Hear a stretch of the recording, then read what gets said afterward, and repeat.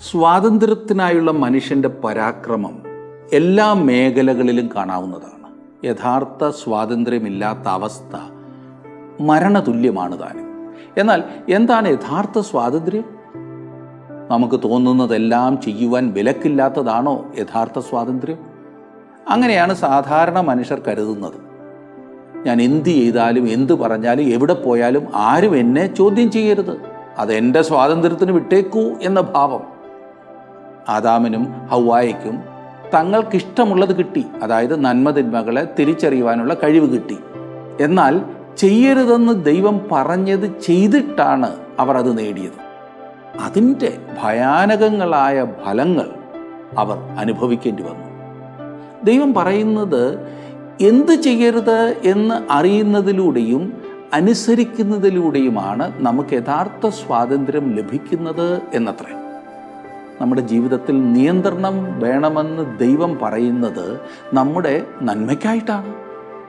തെറ്റിൽ വീഴാതെ ഒഴിഞ്ഞു പോകുവാൻ ദൈവം നമ്മെ സഹായിക്കുകയത്രേ. ചിന്തിച്ചു നോക്കിക്കേ, ചീറിപ്പാഞ്ഞു വരുന്ന ഒരു ട്രെയിനിൻ്റെ മുൻപിൽ നടക്കുവാൻ നിയമമില്ലെങ്കിലും നിങ്ങൾക്ക് സ്വാതന്ത്ര്യമുണ്ട്, അത് നിങ്ങളുടെ കാര്യം.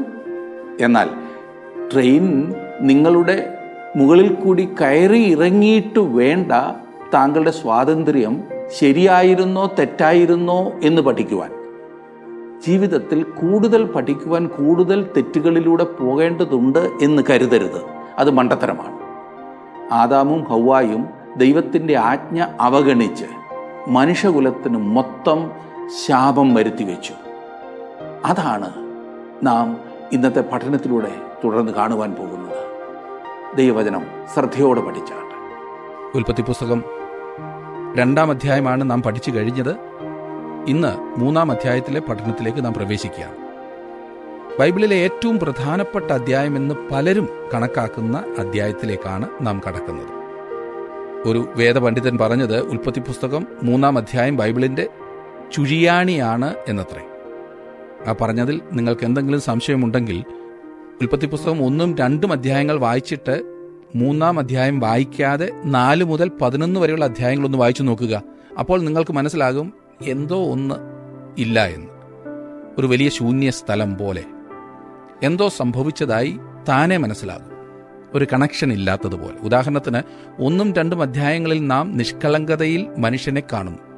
എല്ലാം പൂർണ്ണമായിരിക്കുന്നു എന്ന് മാത്രമല്ല, ദൈവവും മനുഷ്യനും തമ്മിലുള്ള കൂട്ടായ്മയുമുണ്ട്. എന്നാൽ 4-ാം അധ്യായം വായിക്കുവാൻ തുടങ്ങുമ്പോൾ തന്നെ, അതെ 11-ാം അധ്യായം വരെ വായിക്കുമ്പോൾ നിങ്ങൾക്ക് കാണുവാൻ സാധിക്കുന്നത് അസൂയ, കോപം, കൊലപാതകം, കള്ളം, ദുഷ്ടത, അഴിമതി, മറുതലിപ്പ്, ശിക്ഷാവിധി, ഇതൊക്കെയാണ്. ഇതെല്ലാം എവിടെ നിന്ന് വന്നു? എവിടെയാണ് ഇത് ആരംഭിച്ചത്? പാപം ആരംഭിച്ചത് എവിടെ? ഉൽപ്പത്തി പുസ്തകം 3-ാം അധ്യായത്തിലാണ് പാപം ആരംഭിച്ചതെന്ന് ഞാൻ കരുതുന്നില്ല. എന്നാൽ മനുഷ്യനെ സംബന്ധിച്ചിടത്തോളം ഈ 3-ാം അധ്യായത്തിലാണ് ഇത് ആരംഭിച്ചത്. 3-ാം അധ്യായത്തെക്കുറിച്ച് വേറൊരാൾ നടത്തിയ പ്രസ്താവന കൂടി ഞാനിവിടെ ഉദ്ധരിക്കാം. ദൈവിക സത്യങ്ങളാകുന്ന നദികളുടെ പലതിൻ്റെയും ഉറവിടം കണ്ടുപിടിക്കുവാൻ നമ്മെ സഹായിക്കുന്നിടമാണ് ഉൽപ്പത്തി പുസ്തകം 3-ാം അധ്യായം. മനുഷ്യചരിത്രമാകുന്ന വേദിയിൽ അഭിനയിച്ചുകൊണ്ടിരിക്കുന്ന വലിയ നാടകത്തിൻ്റെ ആരംഭം ഇവിടെയാണ്. വീണുടഞ്ഞ മനുഷ്യന്റെ ഇന്നത്തെ അവസ്ഥയ്ക്കുള്ള ദൈവിക വിശദീകരണം നാം ഇവിടെ കാണുന്നു. നമ്മുടെ ശത്രുവായ പിശാചിന്റെ വഞ്ചനാപരമായ വേലകൾ നാം ഇവിടെ കാണുന്നു. ദൈവകൃപ മനുഷ്യനിൽ നിന്നും എടുത്തു കളഞ്ഞാൽ അവന് നീതിയുടെ പാതകളിൽ നടക്കുവാൻ കഴിവില്ല എന്നത് നമുക്കിവിടെ കാണുവാൻ കഴിയുന്നു. പാപത്തിന്റെ ആത്മീയ ഫലങ്ങൾ നാം ഉൽപ്പത്തി പുസ്തകം 3-ാം അധ്യായത്തിൽ കാണുന്നു. അതായത് ദൈവത്തിൽ നിന്നും ഓടിമറയുവാൻ ശ്രമിക്കുന്ന മനുഷ്യൻ, കുറ്റക്കാരനായ പാപിയോടുള്ള ദൈവത്തിന്റെ മനോഭാവം നമുക്കിവിടെ കാണുവാൻ കഴിയുന്നു. പാപത്തെ മറക്കുവാൻ, ലജ്ജാകരമായുള്ളതിനെ മറക്കുവാൻ സ്വന്തം പരിശ്രമത്താൽ പാടുപെടുന്ന മനുഷ്യനെ നാം ഇവിടെ കാണുന്നു. നമ്മുടെ വലിയ ആവശ്യത്തെ നിറവേറ്റുവാൻ ദൈവം ക്രമീകരിച്ച മഹത്തായ മാർഗവും നമുക്കിവിടെ ദർശിക്കുവാൻ സാധിക്കും. തിരുവചനത്തിലുടനീളം സഞ്ചരിക്കുന്ന ആ മഹത്തായ പ്രവചനത്തിന്റെ അരുവി ആരംഭിക്കുന്നത് ഉൽപ്പത്തി പുസ്തകം 3-ാം അധ്യായത്തിലാണ്. ഒരു മധ്യസ്ഥനിലൂടെ അല്ലാതെ മനുഷ്യന് ദൈവത്തെ സമീപിക്കുവാൻ സാധ്യമല്ല എന്ന് നാം ആദ്യമായി കാണുന്നത് ഇവിടെയാണ്. ഇനി നമുക്ക് ഉൽപ്പത്തി പുസ്തകം 3-ാം അധ്യായത്തിലെ ചില വാക്യങ്ങൾ ഒന്ന് പരിശോധിക്കാം. ഒന്നാമത്തെ ഭാഗത്ത് മനുഷ്യനെ പരീക്ഷിക്കുന്നതിനുള്ള സാഹചര്യം ഒരുങ്ങുന്നതാണ് നാം കാണുന്നത്. 3-ാം അധ്യായത്തിൻ്റെ 1-ാം വാക്യം ഞാനൊന്ന് വായിക്കട്ടെ. യഹോവയായ ദൈവം ഉണ്ടാക്കിയ എല്ലാ കാട്ടുജന്തുക്കളെക്കാളും പാമ്പ് കൗശല്യമേറിയതായിരുന്നു. അത് സ്ത്രീയോട്, തോട്ടത്തിലെ യാതൊരു വൃക്ഷത്തിന്റെ ഫലവും നിങ്ങൾ തിന്നരുതെന്ന് ദൈവം വാസ്തവമായി കൽപ്പിച്ചിട്ടുണ്ടോ എന്ന് ചോദിച്ചു. ഇവിടെ ഒരു സംശയം ഉയരുന്നത് എന്തെന്നാൽ, എന്തുകൊണ്ട് പരീക്ഷണം? 1-2 അധ്യായങ്ങളിലേക്ക് നാം തിരികെ പോയി പരിശോധിക്കുമ്പോൾ കാണുവാൻ സാധിക്കുന്നത് മനുഷ്യൻ സൃഷ്ടിക്കപ്പെട്ടത് നിഷ്കളങ്കനായിട്ടാണ്, അല്ലാതെ നീതിമാനായിട്ടല്ല. എന്താണ് നീതി? പരീക്ഷയുടെ നടുവിൽ നിരപരാധിത്വം പാലിക്കുന്നതാണ് നീതി. പരീക്ഷ ഒന്നുകിൽ നിങ്ങളെ വളർത്തും അല്ലെങ്കിൽ തളർത്തും. 2-1 അത് ചെയ്യും എന്നത് തീർച്ചയാണ്. ഏദൻ തോട്ടം ഒരു സസ്യോഷ്ണശാല ആയിരുന്നില്ല. മനുഷ്യൻ സസ്യോഷ്ണശാലയിലെ ഒരു ചെടിയുമല്ല. സ്വഭാവ രൂപീകരണം ആവശ്യമാണ്. അത് പരീക്ഷയിലൂടെ മാത്രമേ സാധ്യമാകുകയുള്ളൂ. ഉത്തരവാദിത്വമുള്ള വ്യക്തിയായിട്ടാണ് മനുഷ്യനെ ദൈവം സൃഷ്ടിച്ചത്. ദൈവിക ഭരണത്തെ മഹത്വപ്പെടുത്തുവാനും അനുസരിക്കുവാനും ശുശ്രൂഷിക്കുവാനും കീഴടങ്ങിയിരിക്കാനും മനുഷ്യൻ ഉത്തരവാദിത്തപ്പെട്ടവനാണ്. മനുഷ്യൻ തന്നെ തന്നെ ഉണ്ടാക്കിയതല്ല. ആരെങ്കിലും അങ്ങനെ ഒരു അവകാശവാദം മുഴക്കും എന്ന് ഞാൻ കരുതുന്നില്ല. ദൈവമത്രേ മനുഷ്യനെ സൃഷ്ടിച്ചത്. താൻ വെച്ചതായ വ്യവസ്ഥകളിൽ തനിക്ക് ബോധിച്ചതുപോലെ പ്രവർത്തിക്കാമല്ലോ. അവൻ മനുഷ്യനോട് പറഞ്ഞത്, എന്നാൽ നന്മ തിന്മകളെക്കുറിച്ചുള്ള അറിവിന്റെ വൃക്ഷത്തിന്റെ ഫലം തിന്നരുത്, തിന്നുന്ന നാളിൽ നീ മരിക്കും. ആ തോട്ടത്തിന് ഫലം പറിച്ചുപയോഗിക്കുവാൻ കൊള്ളാകുന്ന മരം ഈ പറഞ്ഞ ഒരെണ്ണം മാത്രമായിരുന്നില്ല എന്നോർക്കുക. ഈ വൃക്ഷത്തിന്റെ ഫലം മാത്രമേ തിന്നുവാൻ കൊള്ളാവുന്നതായി ആ തോട്ടത്തിൽ ഉള്ളൂ എന്നിരിക്കെ അത് തിന്നാൽ മരിക്കുമെന്ന് പറഞ്ഞാൽ തിന്നാഞ്ഞാലും മരിക്കുമല്ലോ. അപ്പോൾ ദൈവം വ്യവസ്ഥ വെച്ചിട്ട് തനിക്ക് ബോധിച്ചതുപോലെയാണല്ലോ പ്രവർത്തിക്കുന്നത് എന്ന് ചിന്തിക്കാമായിരുന്നു. ആ തോട്ടത്തിൽ ഫലം പുറപ്പെടുവിച്ചിരുന്ന അനേകം വൃക്ഷങ്ങളുണ്ടായിരുന്നു.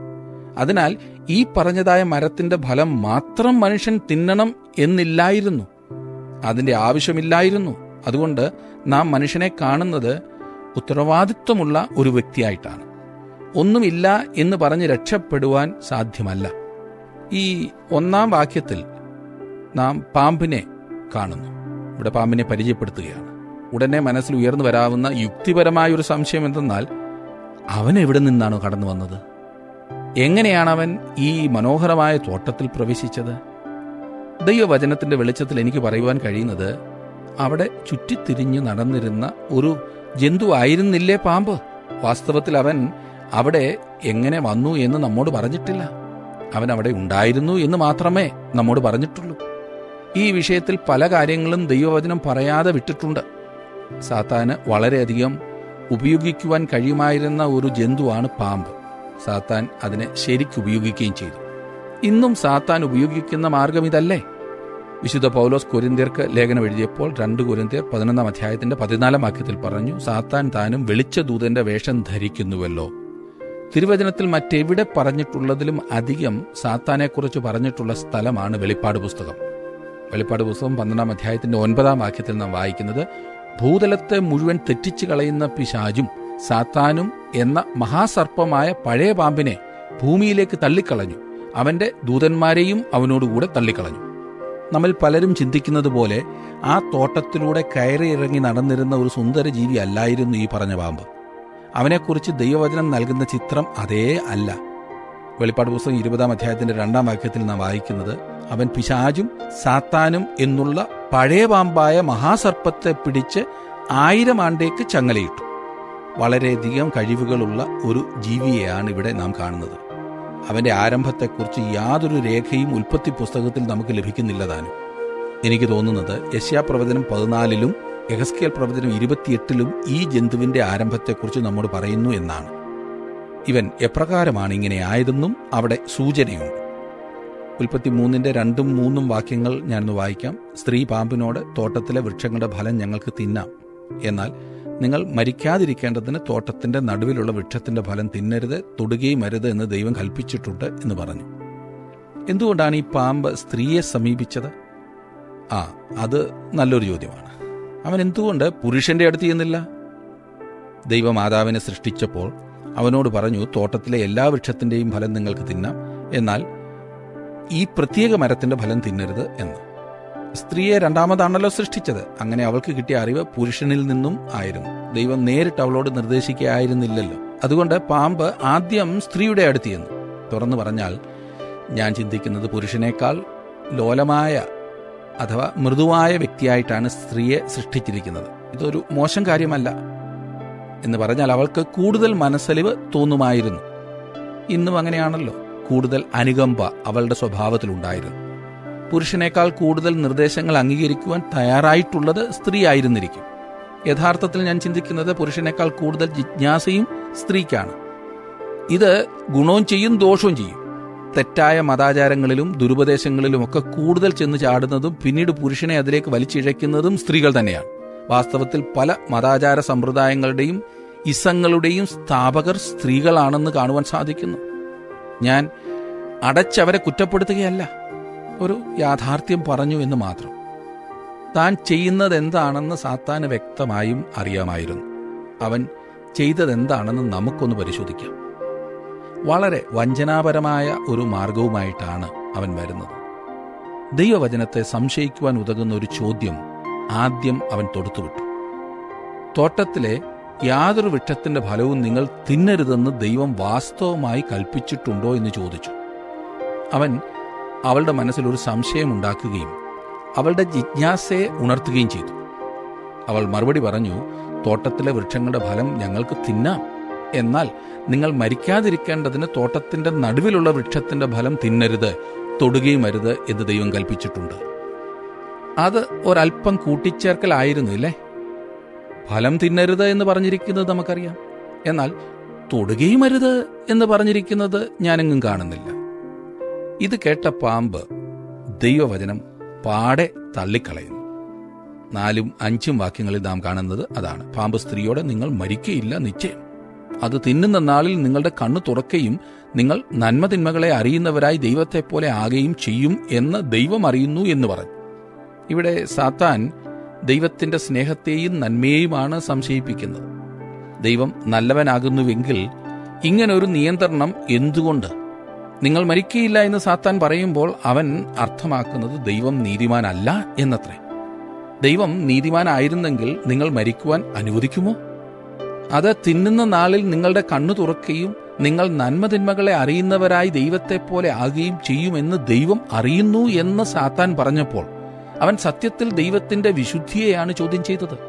അപ്പോൾ ദൈവത്തിന്റെ സ്നേഹത്തെയും നന്മയെയും നീതിയെയും വിശുദ്ധിയെയും എല്ലാം സംശയിക്കത്തക്കവണ്ണം സാത്താൻ സ്ത്രീയോട് സംസാരിക്കും. ഇന്നും നമ്മുടെ ഉള്ളിൽ ഉണ്ടാകുന്ന സംശയങ്ങൾ ഈ രംഗങ്ങളിലൊക്കെ ആകുന്നുവല്ലോ. ഹൗവ ചെയ്തത് ദൈവവചനത്തോട് കൂട്ടിച്ചേർക്കുകയായിരുന്നു.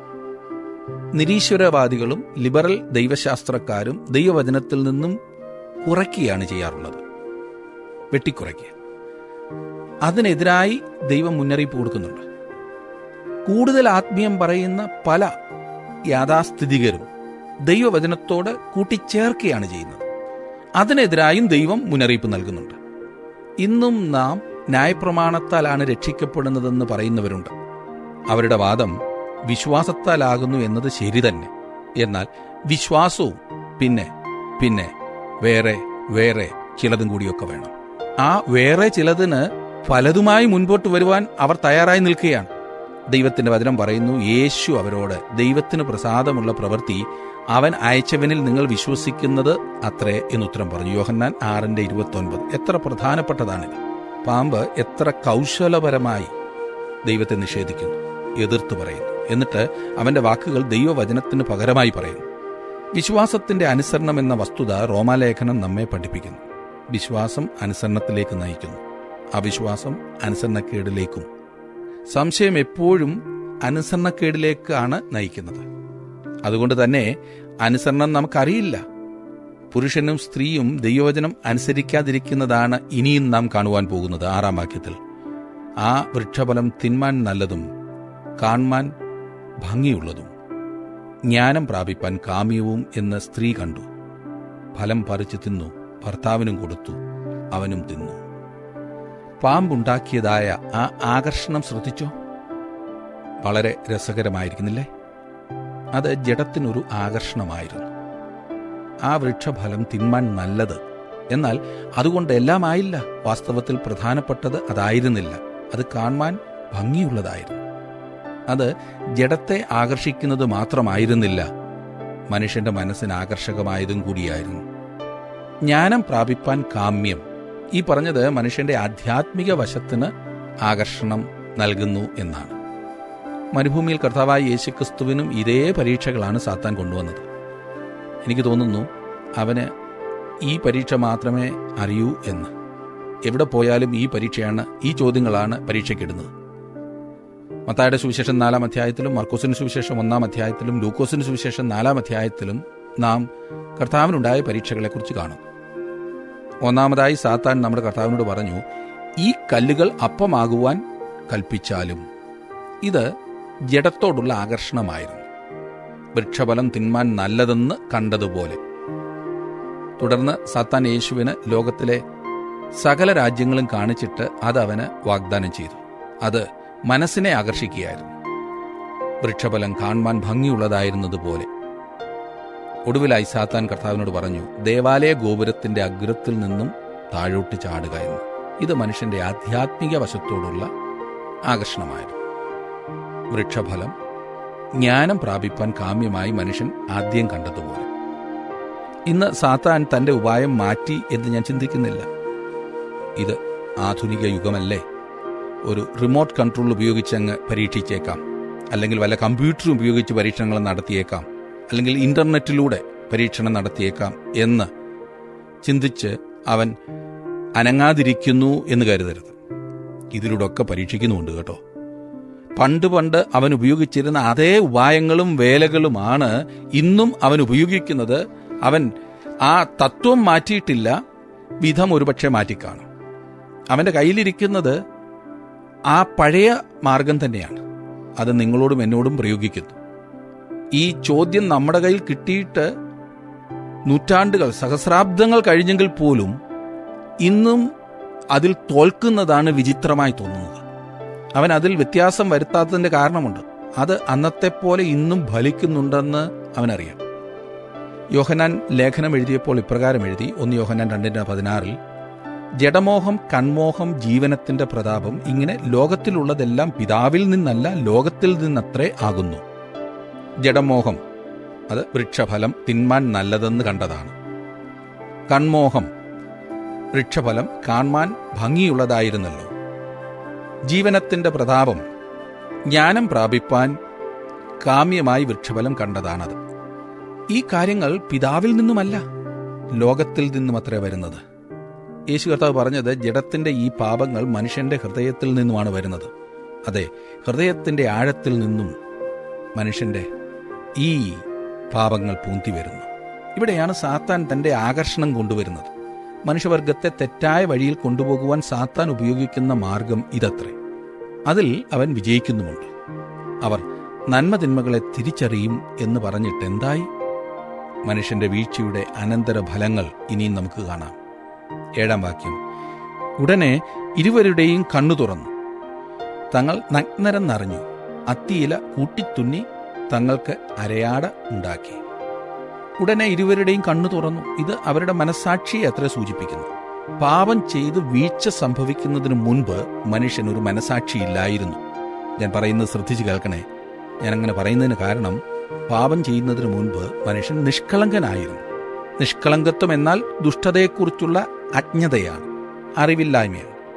ഒരു ദുഷ്ടതയും അവരെ തൊട്ടിട്ടുണ്ടായിരുന്നില്ല. ഈ അവസ്ഥയെക്കുറിച്ച് നമുക്കിത് ചിന്തിക്കുവാൻ തന്നെ പ്രയാസമാണ്. മനുഷ്യനല്ല മനസാക്ഷി ഉണ്ടാക്കിയത്. നമ്മുടെ ഓരോരുത്തരുടെയും ഉള്ളിൽ വസിക്കുന്ന, നമ്മെ കുറ്റപ്പെടുത്തുന്ന ഒരാളുണ്ട്. ഒരു മനഃശാസ്ത്രജ്ഞൻ പറഞ്ഞത്, ഈ കുറ്റബോധം ഓരോ മനുഷ്യരിലും അവന്റെ വലതുകൈ പോലൊരു യാഥാർത്ഥ്യമാണ് പോലും. അതായത് അവന്റെ ഒരു ഭാഗം. മനഃശാസ്ത്രപരമായ ഏതെങ്കിലും മാർഗത്തിലൂടെ ഈ പറഞ്ഞ കുറ്റബോധത്തിൽ നിന്നും രക്ഷപ്പെടുവാൻ മനുഷ്യന് സാധ്യമല്ല. തങ്ങൾ നഗ്നരെന്ന് അറിഞ്ഞ് അത്തിയില കൂട്ടിത്തുന്നി തങ്ങൾക്ക് അരയാടയുണ്ടാക്കി എന്നാണ് നാം വായിച്ചത്. ഈ ഭാഗത്തൊക്കെ ഒരു കാര്യം നിങ്ങൾ ശ്രദ്ധിച്ചോ?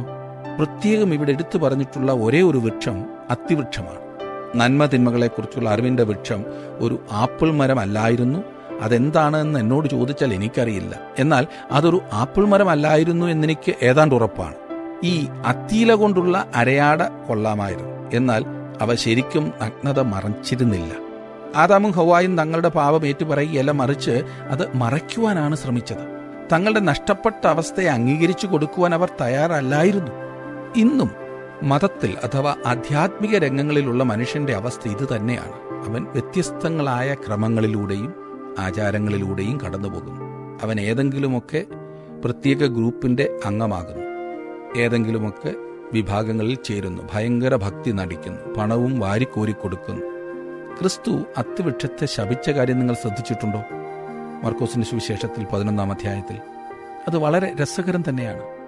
അത് കഴിഞ്ഞ ഉടനെ അവൻ മതത്തെ അടിച്ചു പുറത്താക്കുക. തൻ്റെ സകല കഴിവുകളും ഉപയോഗിച്ച് തന്നെ അവൻ മതത്തെ പുറന്തള്ളുന്നു. കാരണം മതം വെറുതെ പാപത്തെ മൂടിവെക്കുക മാത്രമാണ് ചെയ്യുന്നത്. ഈ പരീക്ഷയിൽ ദൈവത്തിനും മനുഷ്യാത്മാവിനും ഇടയിൽ വരുവാൻ സാത്താൻ ആഗ്രഹിക്കുന്നു. വേറൊരു വിധത്തിൽ പറഞ്ഞാൽ മനുഷ്യനെ ദൈവത്തിൽ നിന്നും അകറ്റി തൻ്റെ സ്വന്തമാക്കി മനുഷ്യന്റെ ദൈവമായിരിക്കുവാൻ സാത്താൻ ആഗ്രഹിക്കുന്നു. ജഡത്തിന്റെ പരീക്ഷകൾ അന്നേ ദിവസം മനുഷ്യനെ ആകർഷിക്കുമായിരുന്നില്ല. എന്നാൽ മോഷ്ടിക്കുവാനോ കള്ളം പറയാനോ മോഹിക്കുവാനോ അല്ല അവനെ പരീക്ഷിച്ചത്. ദൈവത്തെ സംശയിക്കുവാൻ മാത്രമാണ് അവൻ പരീക്ഷിക്കപ്പെട്ടത്. മാർക്കോസിന്റെ സുവിശേഷം 10-ാം അധ്യായത്തിൽ നമ്മുടെ കർത്താവിനെ കാണാൻ വന്ന ആ ധനികനും യുവാവുമായ പ്രമാണിക്ക് എന്തു കുഴപ്പമായിരുന്നു? അവൻ ദൈവത്തെ വിശ്വസിച്ചില്ല. കോതമ്പിന്റെയും കളയുടെയും ഉപമയിൽ ആ കള ദൈവത്തിൽ വിശ്വസിക്കാത്തവരെ അത്രേ കാണിക്കുന്നത്. സാത്താന്റെ മാർഗം ശ്രദ്ധിക്കൂ. ഒന്നാമത് ഹവ്വ കണ്ടത് വൃക്ഷഫലം തിന്മാൻ നല്ലതാണെന്നാണ്. രണ്ടാമതായി അത് കാണാൻ ഭംഗിയുള്ളതായിരുന്നു എന്ന് മനസ്സിലാക്കി. മൂന്നാമതായി അത് ജ്ഞാനം പ്രാപിപ്പാൻ മതിയായതായിരുന്നു എന്ന് ഗ്രഹിച്ചു. സാത്താൻ പുറമേ നിന്ന് ആരംഭിച്ച് അകത്തേക്ക് പ്രവേശിക്കുകയാണ്. എന്നാൽ ദൈവമോ മനുഷ്യന്റെ ഹൃദയത്തിൽ നിന്നും ആരംഭിക്കുകയാണ് ചെയ്യുന്നത്. പുറമേ പൂശുവാൻ ഉപയോഗിക്കുന്ന ഒന്നത്രേ മതം. എന്നാൽ ദൈവം ആരംഭിക്കുന്നത് മതത്തിൽ നിന്നുമല്ല, മതത്തോടെയുമല്ല. ഇവിടെ ഞാനൊരു വ്യത്യാസം കാണിക്കട്ടെ. ക്രിസ്ത്യാനിത്വം ഒരു മതമല്ല. ക്രിസ്തു ഒരു മതം സ്ഥാപിച്ചിട്ടുമില്ല. ആരണ്ടെല്ലാം കൂടി ഒരു ക്രിസ്തു മതം എന്ന് പറയുന്നത് സ്ഥാപിച്ചിട്ടുണ്ടെന്നുള്ളത് എനിക്കറിയാം. പക്ഷേ ക്രിസ്ത്യാനിത്വം എന്നത് ക്രിസ്തുവാകുന്നു. ക്രിസ്തുവില്ലാതെ ക്രിസ്തുമാർഗമില്ല. ഇന്ന് വളരെയധികം മതങ്ങളുണ്ട്.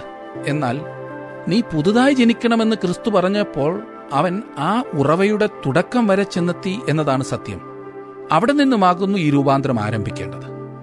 പുറമേ വളരെയധികം ഭക്തി കാണിച്ചിരുന്ന പരീശന്മാരോട് യേശു പറഞ്ഞത് ഇപ്രകാരമായിരുന്നു: പാത്രത്തിന്റെ അകവശം വെടിപ്പാക്കൂ, നിങ്ങൾ മനോഹരമായൊരു കല്ലറ പോലെയാകുന്നു. പുറത്ത് മാർബിളും പൂവുകളും അങ്ങനെ മനോഹരമായിരിക്കുന്നു, എന്നാൽ അകത്തോ ചത്ത മനുഷ്യരുടെ അസ്ഥികൾ. എന്തൊരു ചിത്രം! ആദാമും ഹവ്വായും തങ്ങളുടെ പാപം ഏറ്റുപറയുന്നതിനു പകരം ബന്ധപ്പെട്ട് അത്തിയില തുന്നിക്കെട്ടി ഒരു അരയാടയുണ്ടാക്കി. ഞാനൊന്ന് പറയട്ടെ സുഹൃത്തെ, വാസ്തവത്തിൽ ഈ അത്തിയിലയിൽ പുതിയ സ്റ്റൈൽ ഒന്നുമില്ല. തങ്ങളുടെ ഹൃദയത്തിലെ പാപം ഏറ്റുപറയുന്നതിനു പകരം ഇന്നും മനുഷ്യർ പലതരം അത്തിയില കൊണ്ട് മറച്ച് ജീവിക്കുവാനാണ് ആഗ്രഹിക്കുന്നത്. 8ഉം 9ഉം വാക്യങ്ങൾ കൂടി നോക്കിക്കാട്ട്. വെയിലാറിയപ്പോൾ യഹോവയായ ദൈവം തോട്ടത്തിൽ നടക്കുന്ന ഒച്ച അവർ കേട്ടു. മനുഷ്യനും ഭാര്യയും യഹോവയായ ദൈവം തങ്ങളെ കാണാതിരിപ്പാൻ തോട്ടത്തിലെ വൃക്ഷങ്ങളുടെ ഇടയിൽ ഒളിച്ചു. യഹോവയായ ദൈവം മനുഷ്യനെ വിളിച്ചു, നീ എവിടെയെന്ന് ചോദിച്ചു. മതം നിങ്ങളെ ദൈവത്തിൽ നിന്നും അകറ്റും. ഇതാ ആദാം നഷ്ടപ്പെട്ട സ്ഥിതിയിൽ കാണപ്പെടുന്നു. ഇപ്പോൾ ഇതാ നഷ്ടപ്പെട്ട ആദാമിനെ ദൈവം അന്വേഷിക്കുന്നു. ഇവിടെ മനുഷ്യൻ ദൈവത്തെ അന്വേഷിക്കുകയല്ല. സ്ത്രീ പുരുഷന്മാർ തങ്ങൾ ദൈവത്തിന്റെ സൃഷ്ടിയാണെന്നും ദൈവത്തോടവർ കടംപെട്ടവരാണെന്നും മനസ്സിലാക്കാത്തതിനാലാണ് ഈ വലിയ ദുരന്തം. സുഹൃത്തെ, ഒരിക്കലും തരണം ചെയ്യുവാൻ സാധിക്കാത്ത പ്രശ്നത്തിലാണ് നിങ്ങൾ എന്ന് ചിന്തിക്കുമ്പോൾ തന്നെ ഓർക്കുക, നിങ്ങളുടെ സൃഷ്ടാവ് ദൈവമാണ്. നിങ്ങളുടെ ആയുസ് അവന്റെ ദാനമാകുന്നു. അവനിൽ ആശ്രയിക്കൂ. ദൈവം നിങ്ങളെ സഹായിക്കും. സൃഷ്ടാവിനെ ഓർക്കൂ, അവൻ നിങ്ങളെ സഹായിക്കും. 10 മുതൽ 12 വരെയുള്ള വാക്യങ്ങളിൽ നാം കാണുന്നത്, തോട്ടത്തിൽ നിന്റെ ഒച്ച കേട്ടിട്ട് ഞാൻ നഗ്നനാകൊണ്ട് ഭയപ്പെട്ട് ഒളിച്ചു എന്നവൻ പറഞ്ഞു. നീ നഗ്നനെന്ന് നിന്നോട് ആർ പറഞ്ഞു? തിന്നരുതെന്ന് ഞാൻ നിന്നോട് കൽപ്പിച്ച വൃക്ഷഫലം നീ തിന്നുവോ എന്ന് അവൻ ചോദിച്ചു. അതിന് മനുഷ്യൻ, എന്നോടുകൂടെ ഇരിപ്പാൻ നീ തന്നിട്ടുള്ള സ്ത്രീ വൃക്ഷഫലം തന്നു, ഞാൻ തിന്നുകയും ചെയ്തു എന്ന് പറഞ്ഞു.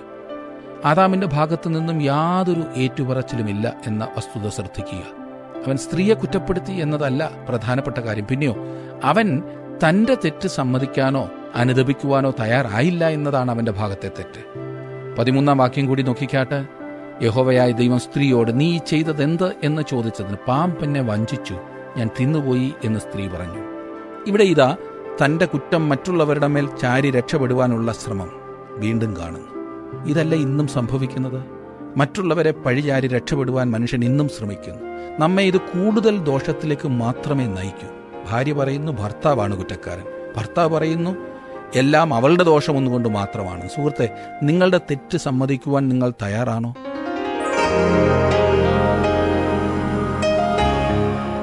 ഇന്നത്തെ വചനം ശ്രദ്ധിച്ച എല്ലാവർക്കും വളരെ വളരെ നന്ദി. അനുഗ്രഹകരമായിരുന്നുവല്ലോ.